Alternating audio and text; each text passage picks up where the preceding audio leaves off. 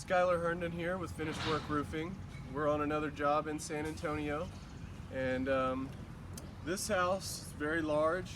He had a 24 gauge standing seam that was paid for by the insurance company because of hail damage. He didn't want to go through a roof replacement. He was selling the house, and so the home inspector caught that there was hail damage, and so he was forced to call his insurance company out.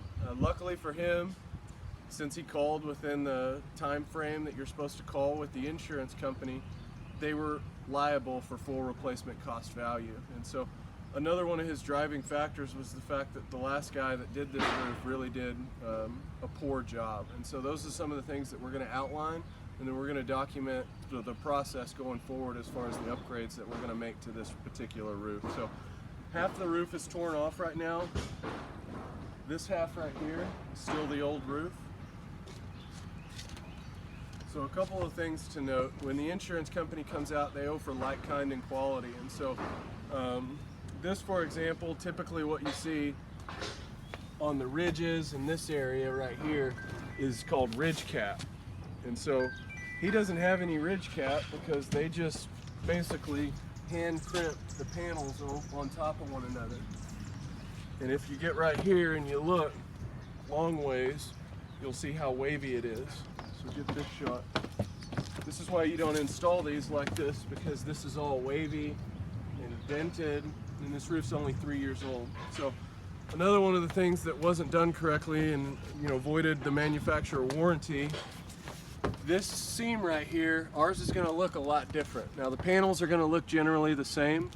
These are just going to look different. This company right here, you can see all the hammer strikes and the tool marks. Whenever they got to the top here, they just thought it'd be a good idea to hammer it over. That's the worst thing you can do, because it knocks off the coating that prevents the roof from rusting, and it also made it so that there was a metal on metal component. So, even if he hadn't been selling the house, ultimately he probably would have had to have done something, just because of the way the roof was installed. Some of the things that are going to look different: the chimney flashing, for example. This is just really sloppy. 3 different pieces on both sides. A lot of caulk, screws, which you're not supposed to use any screws.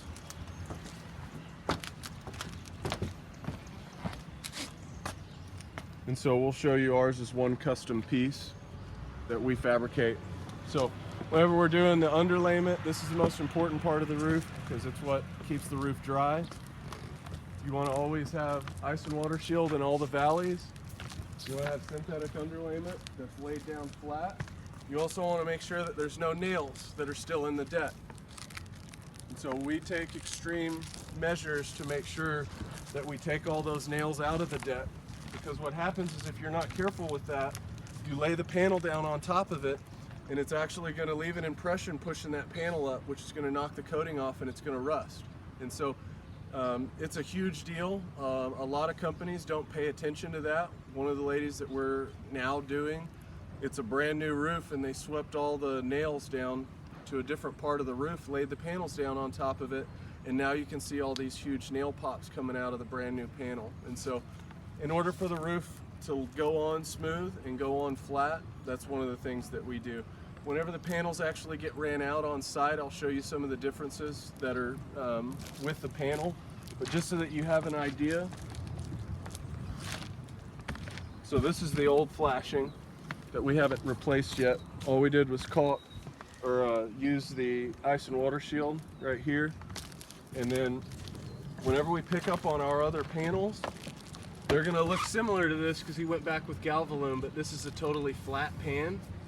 We're going to have something called clip relief. It's just going to allow the metal to lay down flatter on the deck and eliminate oil canning. So we'll pick up whenever we get to that point here in a day or so.